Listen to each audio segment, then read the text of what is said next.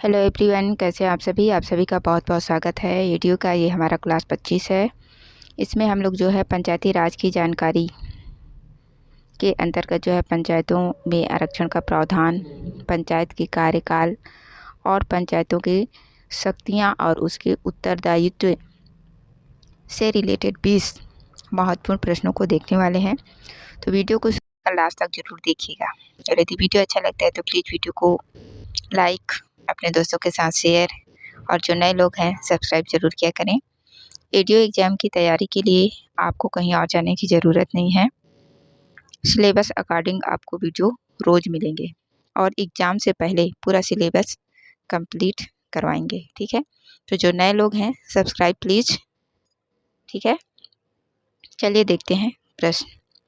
पहला प्रश्न है, छत्तीसगढ़ में पंचायतों के संबंध में पदों का कुल आरक्षण कुल पदों का खाली स्थान है जिसमें एसटी, एससी, ओबीसी महिलाओं के लिए आरक्षण शामिल है। ऑप्शन ए है 1/2, बी 1/3, सी 1/5 और डी है 2/3। तो सही आंसर क्या हो जाएगा? Option number A 1/2। ठीक है, महिलाओं में पंचायतों के संबंध में पदों का कुल आरक्षण कुल पदों का 1/2 कहने का मतलब आधा है, 50%, जिसमें से एससी, एसटी, ओबीसी महिलाओं के लिए आरक्षित है 50%। ठीक है, 1/2 क्या आधा है ना, तो आधा जो है महिलाओं के लिए, एसटी, एससी, ओबीसी महिलाओं के लिए आरक्षित है। ठीक है, ऑप्शन नंबर ए सही आंसर हो जाएगा। देखते हैं अगला क्वेश्चन। क्वेश्चन नंबर 2 है, कलेक्टर द्वारा कितने पंचवर्षीय कार्यकाल के लिए वार्डों का आरक्षण लाट पद्धति के द्वारा चक्रानुक्रम में किया जाता है? ऑप्शन ए है 1 पंचवर्षीय, बी है 2 पंचवर्षीय, सी 3 पंचवर्षीय और डी है 4 पंचवर्षीय। सही आंसर क्या हो जाएगा? ऑप्शन नंबर बी 2 पंचवर्षीय के लिए। ठीक है, कलेक्टर द्वारा 2 पंचवर्षीय कार्यकाल के लिए वार्डों का आरक्षण लाट पद्धति के द्वारा चक्रानुक्रम में किया जाता है। ठीक है, ऑप्शन नंबर बी। देखते हैं अगला क्वेश्चन। क्वेश्चन नंबर 3 है, निम्नलिखित में से किन राज्यों की ग्राम पंचायतों में महिलाओं को 50% आरक्षण दिया गया है? ऑप्शन ए है छत्तीसगढ़, बी आंध्र प्रदेश, सी गुजरात और डी है उपरोक्त सभी। सही आंसर क्या हो जाएगा? ऑप्शन नंबर डी उपरोक्त सभी। इन सभी राज्यों में जो है ग्राम पंचायतों में महिलाओं को 50% आरक्षण दिया गया है। ठीक है, ऑप्शन नंबर डी। ठीक, देखते हैं अगला क्वेश्चन। क्वेश्चन नंबर 4 है, प्रत्येक ग्राम पंचायत में प्रत्यक्ष निर्वाचन द्वारा भरे जाने वाले स्थानों की कुल संख्या का कितने प्रतिशत अनुसूचित जनजातियों, अनुसूचित जातियों और अन्य पिछड़ा वर्ग की आरक्षित महिला सहित स्थान महिलाओं के लिए आरक्षित है? ठीक है, क्वेश्चन को घुमा फिरा के पूछ रहा है। ठीक है, ऑप्शन ए है 1/3, बी 2/3, सी 3/4 और डी है आधा। तो महिलाओं को कितना आरक्षण प्राप्त है? आधा है ना, 50%। तो इसका जो सही आंसर हो जाएगा ऑप्शन नंबर डी आधा। ठीक है, ग्राम पंचायत में प्रत्यक्ष निर्वाचन द्वारा भरे जाने वाले स्थानों की कुल संख्या का 50% अनुसूचित जातियों, अनुसूचित जनजातियों और अन्य पिछड़ा वर्ग की महिलाओं के लिए स्थान आरक्षित है। ठीक है, देखते हैं अगला क्वेश्चन। क्वेश्चन नंबर 5 है, जिन जनपद पंचायतों में अनुसूचित जाति व अनुसूचित जनजाति की कुल जनसंख्या जो है आधे से कम है, वहाँ अन्य पिछड़े वर्ग के लिए कितने प्रतिशत आरक्षण का प्रावधान है? ऑप्शन ए है 40%, बी 35%, सी 25% और डी है 50%। सही आंसर क्या हो जाएगा? Option number C 25%। ठीक है, जिन जनपद पंचायतों में अनुसूचित जाति और अनुसूचित जनजाति की कुल जनसंख्या आधे से कम है, वहाँ अन्य पिछड़े वर्ग के लिए जो है 25% आरक्षण का प्रावधान है। ठीक है, ऑप्शन नंबर सी। देखते हैं अगला क्वेश्चन। क्वेश्चन नंबर 6 है, छत्तीसगढ़ में पंचायत व्यवस्था के संबंध में निम्नलिखित में से कौन सा कथन सत्य है? ऑप्शन ए है छत्तीसगढ़ में पंचायत व्यवस्था 2003 से लागू की गई, बी केवल ग्राम पंचायतों के लिए चुनाव कराए जाते हैं, सी है जनपद तथा जिला पंचायतों के सदस्य नामजद होते हैं, डी है पंचायतों में महिलाओं के लिए आरक्षण का प्रावधान है। तो क्या बताना है? पंचायत व्यवस्था के संबंध में निम्नलिखित में से कौन सा कथन सत्य है? सही कथन। सही आंसर क्या हो जाएगा? ऑप्शन नंबर डी पंचायतों में महिलाओं के लिए आरक्षण का प्रावधान है, ये तो सही है। ठीक है, ऑप्शन ए में क्या दिया है, छत्तीसगढ़ में पंचायत व्यवस्था 2003 से लागू की गई है। जी नहीं, ये गलत है। ठीक है, केवल ग्राम पंचायतों के लिए चुनाव कराए जाते हैं, ऐसा है क्या? नहीं है ना। जनपद पंचायत, जिला पंचायत के लिए भी तो चुनाव कराया जाता है, विधानसभा के लिए भी चुनाव कराया जाता है। जनपद तथा जिला पंचायतों के सदस्य नामजद होते हैं? नहीं, सभी का चुनाव होता है। ठीक है, तो सही आंसर क्या हो जाएगा? ऑप्शन नंबर डी, पंचायतों में महिलाओं के लिए आरक्षण का प्रावधान है। देखते हैं अगला क्वेश्चन। क्वेश्चन नंबर 7 है, मान लीजिए कुछ अनियमितताओं के कारण ग्राम पंचायत का विघटन कर दिया गया, तब क्या होगा? ऑप्शन ए है शासन समिति का गठन करेगा, बी है समिति नई ग्राम पंचायत के गठन तक कार्य करेगी, सी नई ग्राम पंचायत की अवधि पूर्व ग्राम पंचायत की शेष अवधि तक रहेगी, और डी है उपरोक्त सभी से। तो क्या होगा? ये सभी होंगे, है ना। तो ऑप्शन नंबर डी, उपरोक्त सभी, इसका जो आंसर होगा। शासन क्या करेगी? एक समिति गठित करेगी, फिर समिति नई ग्राम पंचायत के गठन तक कार्य करेगी, और नई ग्राम पंचायत की अवधि पूर्व ग्राम पंचायत की शेष अवधि तक ही होती है। ठीक है, तो ऑप्शन नंबर डी इस क्वेश्चन का सही आंसर हो जाएगा। ठीक, देखते हैं अगला क्वेश्चन। क्वेश्चन नंबर 8 है, निम्नलिखित में से कौन सा कथन सही नहीं है? ठीक है, जो सही नहीं है उसको बताना है। एक है, ग्राम पंचायत का कार्यकाल 5 वर्ष के लिए होता है, ये तो एकदम सही है भैया। दूसरा है, अवधि की गणना ग्राम पंचायत के प्रथम सम्मेलन की तिथि से होती है, ये भी सही है। ठीक है, अवधि की गणना परिणामों की घोषणा की तिथि से होती है, ये गलत है। ठीक है, अवधि की गणना ग्राम पंचायत के गठन की अधिसूचना की तिथि से होती है, ये भी गलत है। और हमको क्या बताना है? गलत ही बताना है, कथन सही नहीं है। तो ऑप्शन क्या हो जाएगा? ऑप्शन नंबर बी, 3 और 4। ठीक है, ऑप्शन नंबर बी। देखते हैं अगला क्वेश्चन। क्वेश्चन नंबर 9 है, यदि सरपंच का चुनाव किन्हीं कारणों से लंबित है तो सरपंच के रूप में कौन काम करेगा? ऑप्शन ए है उप सरपंच, बी वरिष्ठतम पंच, सी ग्राम पंचायत द्वारा निर्वाचित एक पंच, और डी है कलेक्टर द्वारा नामित व्यक्ति।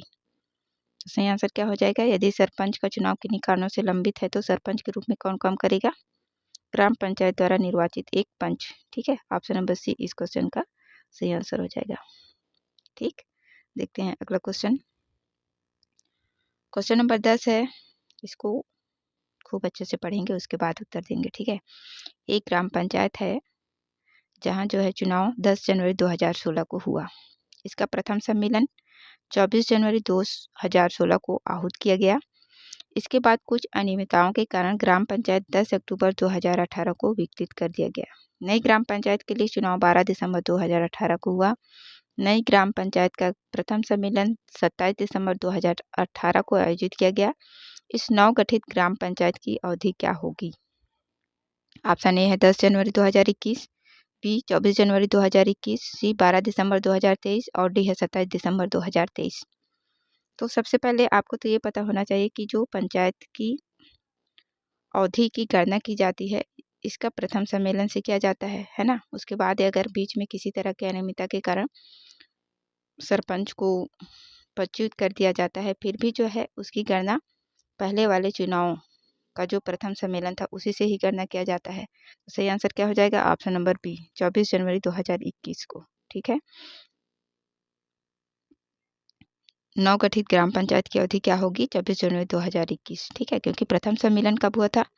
इसका प्रथम सम्मेलन 24 जनवरी 2016 को। ठीक है, तो इसी तिथि से जो है नवगठित ग्राम पंचायत की अवधि की गणना किया जाएगा। ठीक है, बाद में जो हुआ सो हुआ, चुनाव हुआ, ठीक है, रिजल्ट निकला, फिर प्रथम सम्मेलन भी बुलाया गया, तो इससे कोई लेना देना नहीं है। ठीक है, जो पहले चुनाव हुआ था, जो पहले प्रथम सम्मेलन बुलाया गया था, उसी तिथि से जो है पंचायत की अवधि की गणना की जाएगी। तो सही आंसर क्या हो जाएगा? 24 जनवरी 2021। देखते हैं अगला क्वेश्चन। क्वेश्चन नंबर 11 है, यदि राज्य सरकार द्वारा जनपद पंचायत का विघटन कर दिया जाता है तो क्या होगा? जनपद पंचायत का एक है, जनपद पंचायत के कार्यों का संपादन करने के लिए राज्य सरकार एक समिति की नियुक्ति करेगी। 2 है, समिति पंचायत की शेष अवधि तक के लिए कार्य करेगी। समिति को वैधानिक कार्यवाही करने की शक्ति होगी। चौथा है, समिति का अध्यक्ष समिति के सदस्यों द्वारा निर्वाचित किया जाएगा। इसका आंसर सिर्फ ए लिया गया है। कैसे लिया गया है? जनपद पंचायत कार्यों का संपादन करने के लिए राज्य सरकार एक समिति की नियुक्ति करेगी। ये तो ठीक है। समिति पंचायत की शेष अवधि तक के लिए कार्य करेगी। ये जनपद पंचायत के लिए होता है। ये सभी पंचायत के लिए शायद सिर्फ एक ही होगा। इसका सही आंसर सिर्फ एक ही होगा। जनपद पंचायत के कार्यों का संपादन करने के लिए राज्य सरकार एक समिति की नियुक्ति करेगी। ठीक है, इसको देखेंगे। ठीक है, फिर से 1 2 3 4 होना चाहिए। इसका आंसर ऑप्शन नंबर डी 1 कैसे है देखेंगे। ठीक है, देखते हैं अगला क्वेश्चन। क्वेश्चन नंबर 12 है, यदि ग्राम पंचायत में सरपंच का चुनाव लंबित है तो क्या होगा? ऑप्शन ए, पंच अपने में से कार्यकारी सरपंच का चुनाव करेंगे। बी, वरिष्ठतम पंच कार्यकारी सरपंच के रूप में कार्य करेगा। सी, ग्राम सभा कार्यकारी सरपंच का चुनाव करेगी। और डी है, राज्य शासन सरपंच मनोनीत करेगा। सही आंसर क्या होगा? ऑप्शन नंबर ए, पंच अपने में से कार्यकारी सरपंच का चुनाव करेंगे। ठीक है, यदि ग्राम पंचायत में सरपंच का चुनाव लंबित है तो पंच जो है अपने में से, ठीक है, कार्यकारी सरपंच का चुनाव करेंगे। ठीक, देखते हैं अगला क्वेश्चन। क्वेश्चन नंबर 13 है, ग्राम पंचायत की अवधि की गणना निर्धारित होती है। ऑप्शन ए है, चुनाव परिणाम घोषणा की तिथि से।